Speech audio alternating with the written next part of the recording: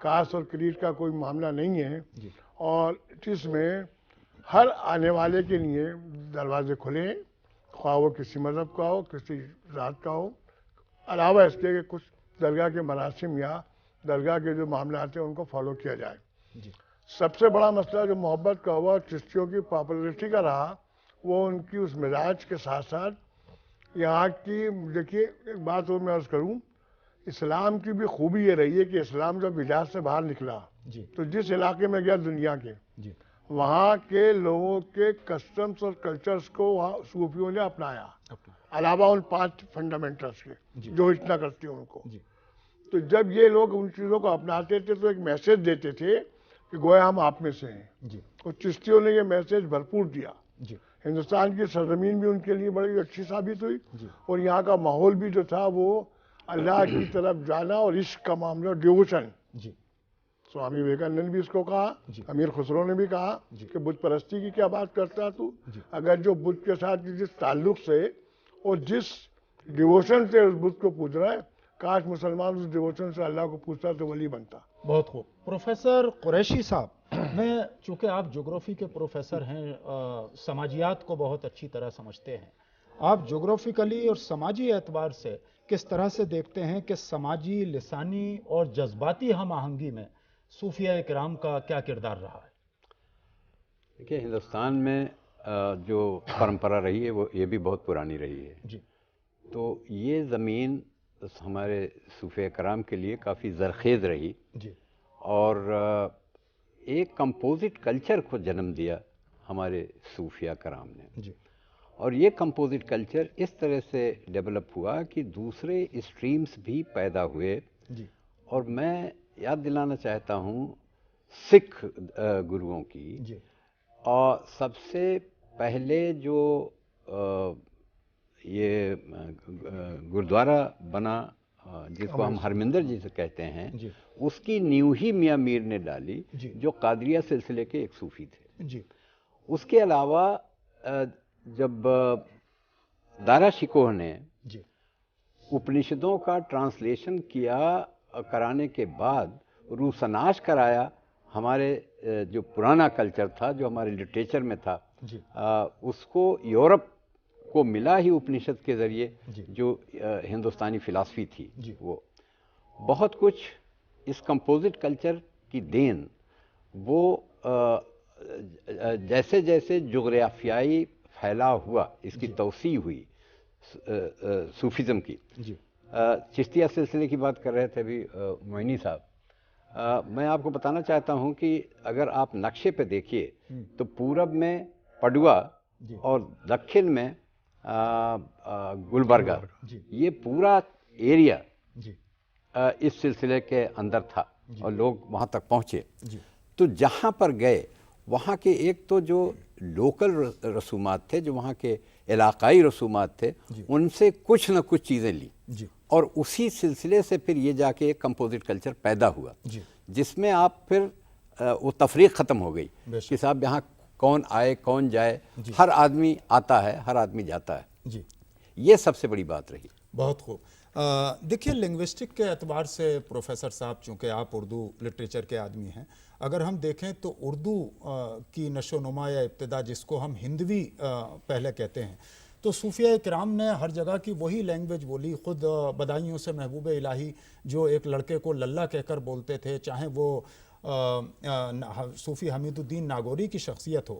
تو اس سلسلے میں زبانوں کے ارتقاء میں اور ہم آہنگی میں آپ صوفیہ کرام کے کردار کو کس اینگل سے دیکھتے ہیں؟ بھائی بہت اچھا سوال ہے، اور معینی صاحب بھی بیٹھے ہیں، اور قریشی صاحب جو جغرافیہ کے پروفیسر ہیں، ابھی انہوں نے بتایا کہ ہندوستان کے ایک کونے سے دوسرے کونے تک کے صوفیہ نے وہ سارے کسٹمز، وہ ساری زبانیں اپنائیں۔ مسئلہ یہ تھا کہ اپنا پیغام جب آپ پہنچانا چاہتے ہیں تو جو آدمی جس زبان کا ہے اس زبان میں آپ پہنچائیں گے، عربی میں نہیں پہنچا سکتے تھے، فارسی میں نہیں پہنچا سکتے۔ اس لیے آپ دیکھیے ساؤتھ میں جکریاں، جکری یعنی وہ ذکری ہے، جو جکری ہو گئی۔ جکری یہ تھی کہ عورتیں پڑھی لکھی تو ہوتی نہیں تھی، ان کو کچھ چیزیں گیت کی شکل میں بتا دیتے تھے، اور وہ جب چکی پیستے تھے، اس کو چکی نامہ بھی کہتے ہیں، تو وہ گیت گایا کرتے تھے۔ اچھا، عشق و محبت کی جو فضا، میں آپ کو بتاؤں کہ حضرت نظام الدین اولیاء کے اقوال میں آتا ہے کہ میں نے یوم ازل جو آواز سنی تھی وہ پوربی میں سنی تھی، تو آپ کے ہاں پوربی یار کے نام سے 40 آپ کے مرید تھے جو پوربی یار کہلاتے تھے، حضرت نصیر الدین چراغ دہلی۔ تو اب دیکھیے آپ کی امیر خسرو کے ہاں جو کھڑی بولی ہے، جو پوربی ہے، اور ساتھ ساتھ وہ پیدا ہوئے تھے برج میں، جو برج زبان ہے، یہ سب مل کے امیر خسرو نے وہ زبان پیدا کی جس کو اس زمانے میں دکنی بھی کہیے آپ، اس کو ہندوی بھی کہا جاتا تھا، گجری بھی کہتے تھے، یہ ساری زبانیں تھیں، لیکن وہ سب ملا کر کے ایک ایسی زبان انہوں نے ایجاد کی کہ جس میں عشق و محبت کی وہ بانسری تھی جو ازل میں سنی گئی تھی۔ تو آپ پنجاب میں دیکھیں کہ حضرت بابا فرید گنج شکر رحمۃ اللہ علیہ کی جو واڑی ان لوگوں نے اس میں لے لی ہے وہ ہے، یا پورب میں آپ چلے جائیے تو حضرت کچھوچھوئی کے ہاں سارے وہ الفاظ موجود ہیں جو مل کر کے امیر خسرو کا کلام آج تک جب تک کہ گایا نہیں جاتا ہے رنگ ختم نہیں ہوتا ہے۔ اس میں کیا ہے؟ اس میں یہ ساری زبانیں ہیں۔ تو آج بھی یہاں دلی میں جو وہ شروع ہوتا ہے بسنت، وہ حضرت نظام الدین اولیاء سے بسنت شروع ہوتا ہے، اور بسنت امیر خسرو نے لکھا تھا سب سے پہلے۔ تو یہ وہ کلچر ہے جو زبان کے لحاظ سے بعد میں اردو زبان بنی ہے، یہ ساری محبت کی باتیں ہو چکی ہیں، نہ آپ آویں نہ بھیجے پتیاں، تو یہ جو چیزیں ہیں وہ ہے ہماری زبان۔ پروفیسر معینی صاحب، اس سلسلے میں ہم دیکھتے ہیں کہ قوالی جو سلسلہ چشتیہ کا شعار ہے، اور جس میں ہولی، بسنت پنچمی، یہ ساری چیزیں گائی جاتی ہیں، اور امیر خسرو نے ایک قدم اور آگے بڑھنے کے بعد بہت سارے میوزیکل انسٹرومنٹ کا نام جو ہے وہ زوڈیک سائن پر رکھا، اور ان کے اثر بھی بتائے کہ الگ الگ راگوں کا کس مہینے میں کیا اثر ہوتا ہے۔ تو اس کو آپ کس طرح سے دیکھتے ہیں کہ اس کا قومی ہم آہنگی میں اور یہاں پر پیار محبت کو بڑھانے میں کیا بنیادی رول ہے؟ میں اسی وقت بھی کچھ اسی قوالی کے سلسلے میں عرض کرنا چاہ رہا تھا۔ دیکھیے، ہندوستان میں جب خواجہ صاحب تشریف لائے، اور جیسا ابھی علوی صاحب نے کہا کہ زبان کی ضرورت تھی، اب زبان سیکھنا اور پرشین زبان کا خاص طور پہ ہندوستانی زبان کے ساتھ ملنا ہم آہنگی، اس کا پہلا کارنامہ میرے خیال میں خواجہ صاحب اور حمید الدین ناگوری نے کیا۔ حمید الدین ناگوری کے جو ملفوظات ہیں اس میں الفاظ لوکل بہت آئے، دوہے بھی ملے ہیں مجھے، تو خسرو نے اس کو پھر ایکسپینڈ کیا، جیسا سب جانتے ہیں۔ ہندوستان میں دیکھیے چشتیہ سلسلے کے فروغ میں قوالی کا بڑا امپورٹنٹ رول ہے، اور اس کی وجہ یہ ہے کہ اس زمانے کا میڈیا یہی ایک چیز تھی۔ اب لوگوں کو اپنا پیغام دینے کے لیے زبان بھی چاہیے، اور اپنا پیغام دینے کے لیے اپنی زبان کو لوگوں تک پہنچانا بھی ہے۔ یہ ایک جسے آپ کہتے ہیں کمبینیشن تھا لوکل زبان کا اور فارسی کا، اور یہ اتنا پاپولر ہوا جس میں خسرو کا مین رول رہا، آپ نے بھی فرمایا۔ اس نے میسیج دیا پورے ہندوستان میں وحدانیت کا، وحدت الوجود کا، اور اسلام کی صحیح پیغام تعلیمات کا۔ اور آپ کو میں بتاؤں کہ یونیورسٹی میں آج بھی رات کو جب آستانہ بند ہوتا ہے تو جو چیز گائی جاتی ہے وہ کڑکا کہلاتی ہے، لوکل لینگویج، اور پورا اگر آپ اس کو سنیں گے میری اس کتاب میں تو وہ پورا لوکل ڈائلیکٹ ہے، پدیر سمارا، اور جو الفاظ ہیں اس میں پرشین بھی ہیں، بنت بہلول چشتی، اور جہاں ابھی آپ نے انہوں نے کہا جکری کا ورڈ، تو آپ کو ایک عجیب بات بتاؤں کہ اکبر بادشاہ جب پہلی بار اجمیر گئے تو یہ اکبر کی اجمیر جاتے ہوئے تصویر ہے میری کتاب پہ، کھڑا ہوا آستانے میں، اس زمانے کی تصویر۔ تو اس کو خواجہ صاحب کے بارے میں معلوم تو تھا، لیکن چونکہ ابھی زیادہ وہ نہیں تھی، تو آگرے کے پاس فتح پور سیکری کے پاس منڈاکر میں شکار کھیل رہا تھا، تو وہاں کچھ گاؤں کی عورتیں کچھ گا رہی تھیں لوکل ڈائلیکٹ میں، وہی بات پوچھا کیا ہے، لوگوں نے معلوم کیا، معلوم ہوا کہ حضرت خواجہ اجمیری کی شان میں رات کو وہ کھیت میں کام کر رہی ہیں اور گا رہی ہیں، تو وہاں اس پہ کیفیت طاری ہوئی، اور اسی وقت اس نے اجمیر کا پروگرام بنا لیا۔ یہ 1562 کی بات ہے، علی پیریڈ۔ تو قوالی کا یہ لوکل جو تمام ڈائلاگ رہے، اس کا بہت بڑا اثر ہندوستان کے ماحول میں ہوا، اور تہواروں پر خاص طور پر ہولی اور بسنت جی جی اس نے بہت بڑا کنٹریبیوشن دیا کمپوزٹ کلچر کو پیدا کرنے میں جی اور لوگوں کو آپس میں ملانے میں. پروفیسر قریشی صاحب، جیسا کہ اکبر کا ذکر ابھی معینی صاحب نے کیا، ہم یہ دیکھتے ہیں کہ مغلیہ شہزادے اور شہزادیوں میں، چاہے وہ جہاں آرا ہو چاہے دارا شکوہ ہو، وہ بہت ہی زیادہ تصوف کی طرف مائل رہے ہیں. یہاں تک کہ جہاں آرا تو اپنے بالوں سے جھاڑو لگایا کرتی تھی محبوب الہی کی بارگاہ میں، یا دارا شکوہ کی جو مجمع البحرین کتاب ہے. تو اس سلسلے میں آپ اسے کس انداز سے دیکھتے ہیں کہ خود مغلیہ شہزادے اور شہزادیوں نے تصوف، اہل تصوف کے یہاں پر کس طرح اپنا سر خم کیا اور اس تہذیب کو آگے بڑھانے میں کس طریقے سے اپنا رول پلے کیا؟ دیکھیے، صوفیہ کرام کا اپنا مقام تھا، جی اور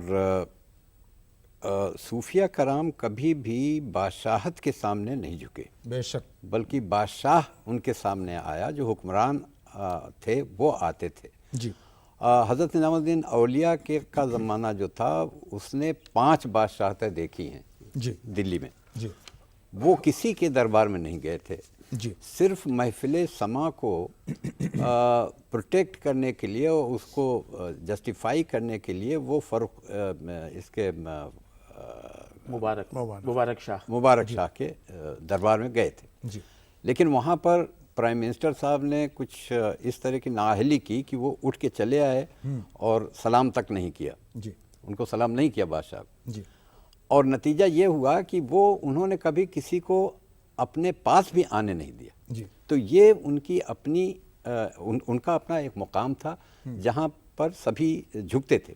تو یہ جو تصوف بادشاہوں کے گھرانوں میں بھی آیا، تو اس کی جو چاہت تھی وہ وہیں سے آئی، جو انہوں نے دیکھا. جی اور جو ان کا اپنا عمل تھا، اس عمل کی وجہ سے وہ لوگ امپریس ہوئے. جی اور دارا شکوہ تو اچھا خاصا صوفی تھا، جی اور میاں میر اس کے پیر تھے، جی لیکن وہ تھا قادریہ سلسلے سے. جی جی میاں میر قادریہ سلسلے سے تھے، اور اس نے تمام ساری کتابیں اپنی لکھی.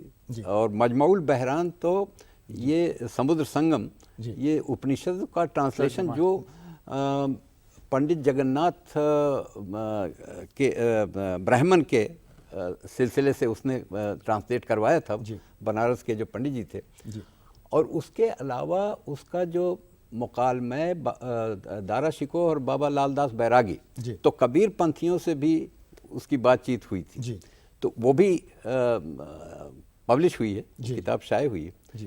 تو ان لوگوں کا کنٹریبیوشن اور خاص طور سے دارا شکوہ کا تو بہت زیادہ تھا. اور دوسری یہ کہ بہت سے جو پرنسپلز تھے صوفیزم کے، وہ اور لوگوں نے لیا. نام جپو، کیرت کرو، ونڈ چھکو، یہ تینوں پرنسپل سکھزم کے ہیں. نام جپو جو ہے یہ ذکر ہے، جس کا ذکر ابھی ہو رہا تھا. کیرت کرو، کام کرو. لیسا للانسان الا ما سعی. اس کے علاوہ آپ کو کوئی پوچھے گا نہیں، آپ ترقی نہیں کر پائیں گے. تو کام تو کرنا ہے. اور پھر اس کے بعد جب کھاؤ تو بانٹ کے کھاؤ، ونڈ چھکو. تو یہ صوفیہ کرام کے ساتھ لنگر کا پورا کانسیپٹ اوروں نے بھی لیا. اور وہ کانسیپٹ تو صوفیہ کرام نے ہندوستان میں. بے شک. علوی صاحب، چونکہ آپ کا تعلق اردو ادب سے ہے، اور ہم یہ دیکھتے ہیں کہ شاعری میں جہاں شاعری کی شروعات ہوتی ہے، وہاں صوفیانہ خیالات، چاہے وہ بیدم شاہ وارسی ہوں، ریاض خیر آبادی ہوں، حضرت امیر خسرو ہوں، یا اور بہت سارے شعراء ہوں، ان کا ایک خاص کنٹریبیوشن ہے بندوں کو خدا سے ملانے میں اور دلوں کو دلوں سے جوڑنے میں. تو اس شاعری کے رول کو آپ کس حیثیت سے دیکھتے ہیں؟ دیکھیے صاحب، شاعری کو جزویست از پیغمبری کہا گیا ہے. تو یہ جو جزویست از پیغمبری ہے، پیغمبر کا کام بھی یہی ہوتا ہے کہ بندوں کو بندوں سے جوڑنا اور بندوں کو خدا تعالیٰ سے جوڑنا. تو آپ یہ دیکھیے کہ جو تصوف کی شاعری ہے، اس شاعری میں 2 ہی چیزیں ہیں. بقول اقبال کے، خدا کے عاشق تو ہیں ہزاروں، بنوں میں پھرتے ہیں مارے مارے، میں اس کا بندہ بنوں گا جس کو خدا کے بندوں سے پیار ہوگا. تو یہ خدا کے بندوں سے پیار جو ہے، یا بیدم شاہ صاحب کا شعر ہے، اب آدمی کچھ اور ہماری نظر میں ہے. اب آدمی کچھ اور ہماری نظر میں ہے. جب سے سنا ہے یار لباس بشر میں. واہ واہ. تو یہ لباس بشر میں یار کی تلاش جو ہے جی. وہ تصوف کی جی دین ہے. آپ دیکھیے بہت شروع میں حضرت قلندر پانی پتی کا جی. مشہور دوہا ہے، سجن سکارے جائیں گے نین مریں گے روئے، بدنا ایسی رین کر کہ بھور کبھو نہ ہوئے. اب آپ دیکھیں، اور یہ ہسٹوریکل ہے، یہ تو ہسٹری کے آدمی بیٹھے ہیں پروفیسر صاحب، یہ باقاعدہ انہوں نے لکھا ہے، وہ خط موجود ہے جس میں یہ دوہا لکھا ہے. جی. تو آپ یہ دیکھیے کہ ایک وہ شاعر جو علامۃ الدہر ہے، جی. تصوف کا اتنے بڑے سلسلے کا بانی ہے، لیکن اپنی بات جب کہنا چاہتا ہے جی. تو اس زبان میں کہتا ہے جو محبت کی زبان ہے، جو ہندوستانی عوام سمجھتے ہیں. جی. اور صوفیہ کا یہ کنٹریبیوشن ہے، یعنی ابھی جو بات ہم لوگ کر رہے تھے کہ جو مجاز ہے اس مجاز سے حقیقت تک کہاں پہنچتے ہیں. جی. بیدمی شاہ صاحب کا شعر میں سناتا ہوں کہ بے خود کیے دیتے ہیں انداز حجابانہ، آ دل میں تجھے رکھ لوں اے جلوے جانا. تو یہ دل میں جلوے جانا جن لوگوں نے رکھا ہے، آج ان کے آستانوں پہ ہم جاتے ہیں اور آج ہم ان کے طفیل اللہ سے مانگتے ہیں، مدد مانگتے ہیں. بے شک. پروفیسر معینی صاحب، ہم یہ دیکھتے ہیں کہ ہندوستان میں صوفیہ کرام نے فلسفہ وحدت الوجود پر زیادہ فوکس کیا، اور یہ فلسفی ہندوستان میں آلریڈی اپنشداز میں، ویداس کے اندر وننس آف گاڈ کی، یعنی ایک ایشور ہے، ایک پرمیشور ہے، ایک خدا ہے، یہ موجود تھی. تو اس میں ہم آہنگی کے لیے فلسفہ وجود کا کتنا زیادہ عمل دخل آپ دیکھتے ہیں، چاہے وہ سرمد شہید رہے ہوں، چاہے دوسرے صوفیہ کرام رہے ہوں. تو ہسٹوریکل پرسپیکٹو میں اس کو آپ کس اینگل سے دیکھتے ہیں؟ دیکھیے، میں عرض کروں، فیض الوجود تو تقریباً دنیا کے تمام پرانے مذاہب میں ہے. جی. جس طرح روحانیت کا معاملہ ہے، اور اپنشد میں خاص طور پہ معاملہ اس کا ہے، کانسیپٹ ہے. ابن العربی نے اس کو پورا ایک نیا فائنل شیپ دیا. بے شک. ابن العربی خواجہ صاحب کے بعد ہوئے ہیں. جی. یہ آپ کو میں بتاؤں. جی. اور خواجہ صاحب کا ایک بڑا مشہور کوٹیشن ہے کہ ایک وہ وقت آتا ہے کہ جب عاشق، معشوق اور عشق یکجا ہو جاتے ہیں. جی. یہ ہے وحدت الوجود کا معاملہ. عشق سے چلا عاشق اور معشوق میں کھو گئے، ختم ہوا، فنا فی اللہ کا معاملہ آ گیا. اب مسئلہ اس میں یہ آیا کہ چونکہ ابھی ڈاکٹر صاحب نے فرمایا کہ ہندوستان کی جو سرزمین ہے بڑی زرخیز ہے، فضا یہاں کی ہم آہنگ رہی چشتیوں کے لیے، اور وحدت الوجود کے کانسیپٹ کو انہوں نے ہندوستان میں پھیلایا بھی، اور اس کو ایک نئی جلا بھی دی کہ اللہ تعالیٰ کے جو معاملات ہیں وہ کئی ناموں کا معاملہ ہے وہ ذات ایک ہی، فنا فی اللہ جس میں. اور دیکھیے صوفی کا دو آتشہ کام تھا. اس کا پرائم گول تو تھا اللہ تعالیٰ کی ذات میں فنا ہونا، وہ اس کا ذاتی تھا. اس کا ذکر، عبادات، معاملات، اس کا فائدہ اس کو، اس کی ذات کو ہے. ایک کام تھا خدمت خلق، سمجھا، نیک و بخلق اور صدق با خالق. اللہ کے ساتھ سچا، کل کے ساتھ نیک. سب سے بڑا مسئلہ میں آپ کو بتاؤں، حضور کی خود کی حدیث ہے کہ میں مجموعہ اخلاق بنا کر بھیجا گیا ہوں. تصوف کا بنیاد وہی ہے. عبادات، ریاضات، ذکر وہ الگ چیزیں ہیں. اسلام کے اخلاق کا معاملہ ہے. اور اخلاق کیا ہے؟ میں تو بہت شارٹ ٹائم بھی اور بڑی لمبی بات میں نہیں کرتا. میں ایک مثال دیتا ہوں حضور کے زمانے کی، کیونکہ رسول ماڈل رہا صوفیوں کے لیے اپنا.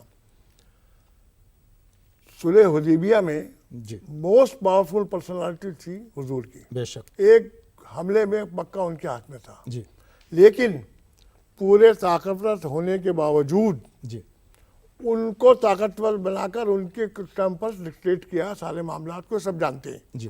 میرا کہنا یہ پیغام ہے تصوف کا. بے شک. یہ ہے کہ آپ کے پاس سب کچھ ہوتے ہوئے سامنے والے کی جذبات کا احترام کیجئے، اور انشاءاللہ آپ کامیاب ہوں گے لوگوں کو اپنا بنانے میں.